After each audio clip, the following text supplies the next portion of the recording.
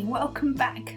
It's been a long time since I've done one of these videos, but it's been an exciting week just where I've been able to spend some time in my Bible and reflect on a passage that a friend shared with me last week, and I felt that I wanted to share with you too. So I'm in Mark chapter 2 and verses 1 to 12, and it's the story of how Jesus forgives and heals the paralysed man.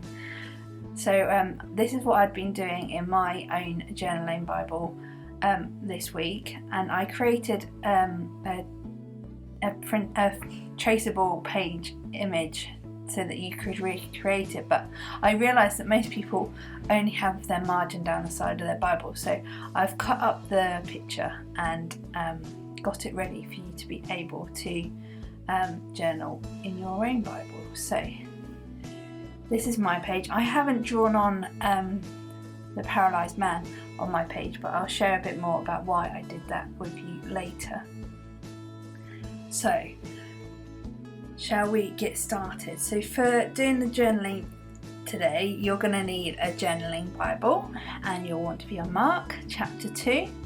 And then the other supplies I'm using today are a hard pencil that is suitable for tracing, and then just some Inktense pencils for to add the colours. So I find these pencils really fantastic because they don't bleed through my Bible pages. I get a lot of control as to where I colour, and I can use them to create a variety of different textures and techniques. So I really appreciate how they appear.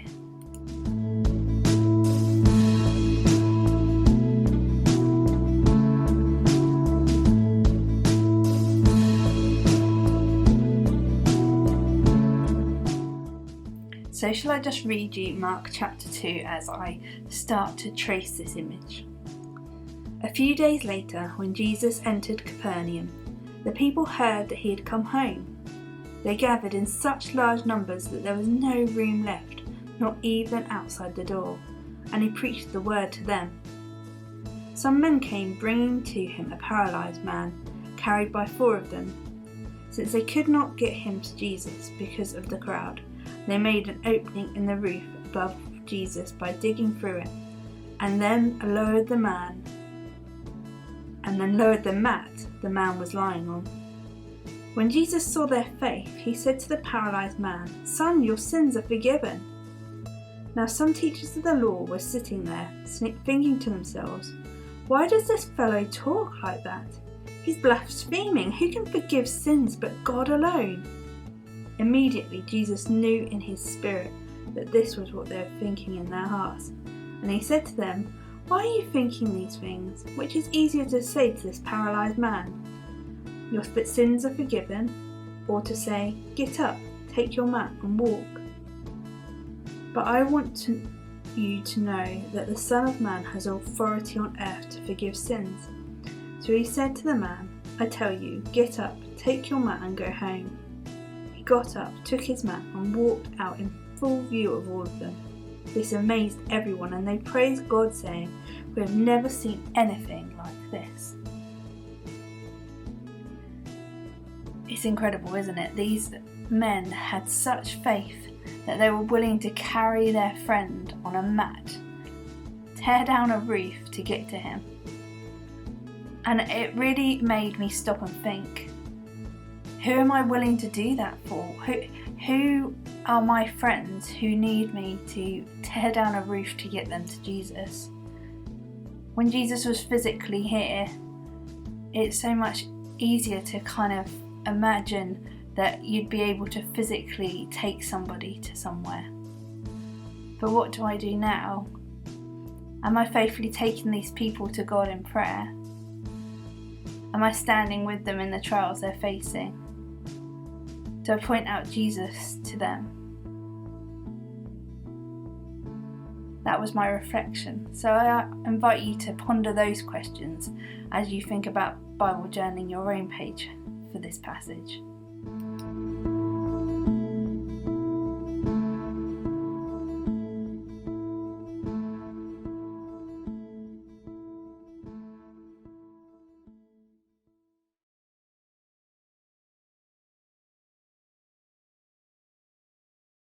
So to recreate this image in your own Bibles, I simply have traced the image, not with any backlight or carbon paper. I could really easily see this through my page, and I just traced over it with a hard pencil.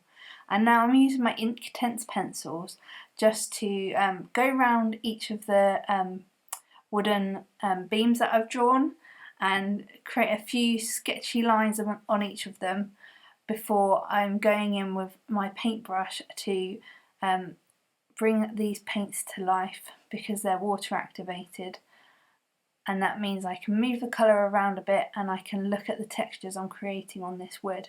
I haven't coloured them in solidly because I don't need a really deep dark colour on these wooden beams. I want them to look like they've got some texture.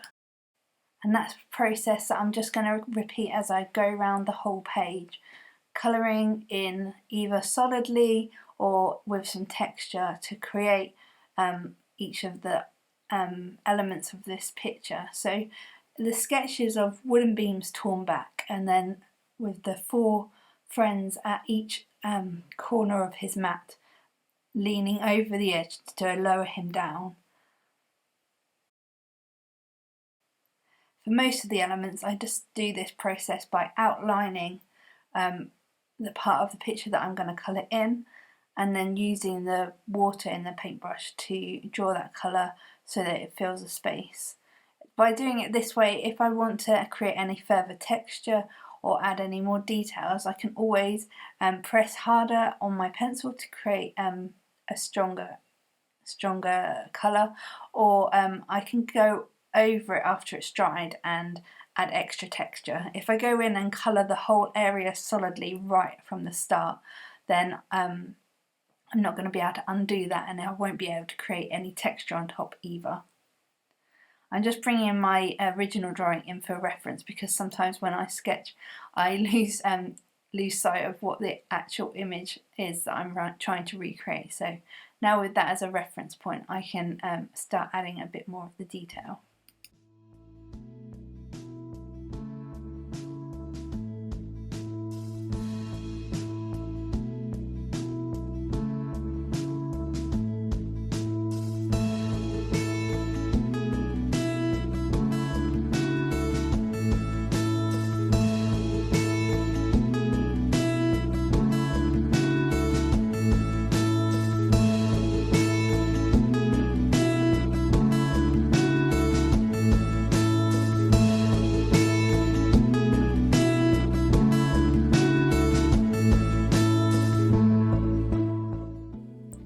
Now, as I look at this man's hair, I'm going to use a slightly different technique with my Inktense pencil.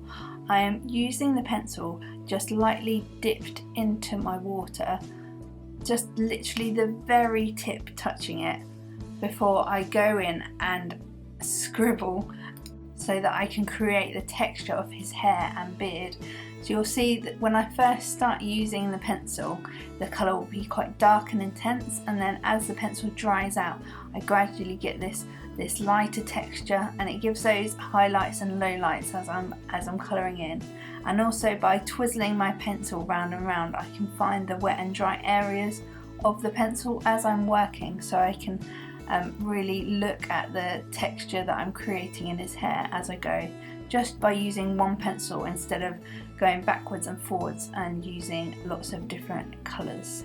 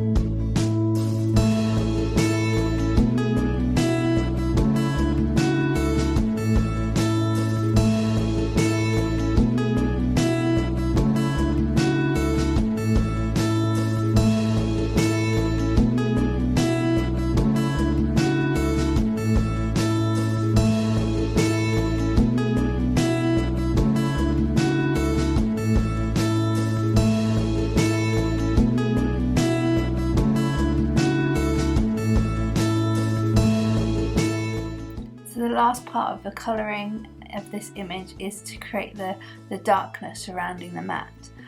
When I was thinking about this image, I really wanted the focus to be on the man and his 4 friends. That's where I felt God had led me. So I didn't want to have faces or heads down below looking up. I wanted it to be the faith of just taking him into the unknown, into that secret place with Jesus.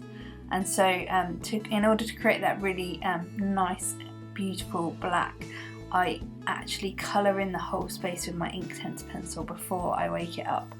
And then I get that really rich darkness before I can carry on.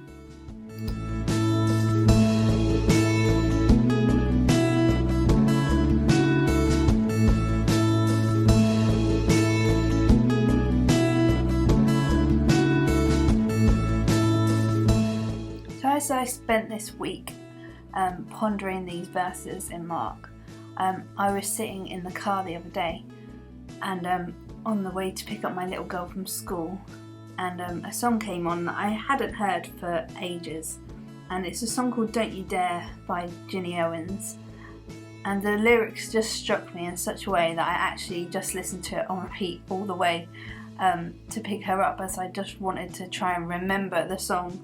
It's a song about standing with those you love as they go through hard times, a song about not giving up, and a song about how we don't stand alone in those times of darkness in our lives. We stand with those around us who love us and care for us. The song lyrics in the chorus go, "In this war that you're fighting, you're not fighting alone. You're not fighting alone. Hear the thunder, feel the lightning. We will stand against the storm and we'll be standing when it's gone. Never gonna give up hope, so don't you dare." And as I was just thinking through and praying through those lyrics, I knew I wanted to incorporate them into this page, so I actually go on to write them onto the man's mat after I finish my painting. But what I do in the other image in my personal Bible is that I've gone on to write the names of those people who I'm praying for, who are on the mat that I would take to Jesus. The people who I don't know how to help, the people who I know need something way more than what I've got to give them. The people who I hope I have enough faith to carry. And then as I look at Jesus standing in that room, I just feel that sense of awe and love. That he was there, he was at home, that people knew where to find him, that he wasn't hidden away. And I'm so thankful for that. So thankful that he's not hidden away now, that I can still go and find him. That he's still there right where I need him. That my friends who I can't physically take on a mat or carry to him won't have to struggle to find him. That he'll be there.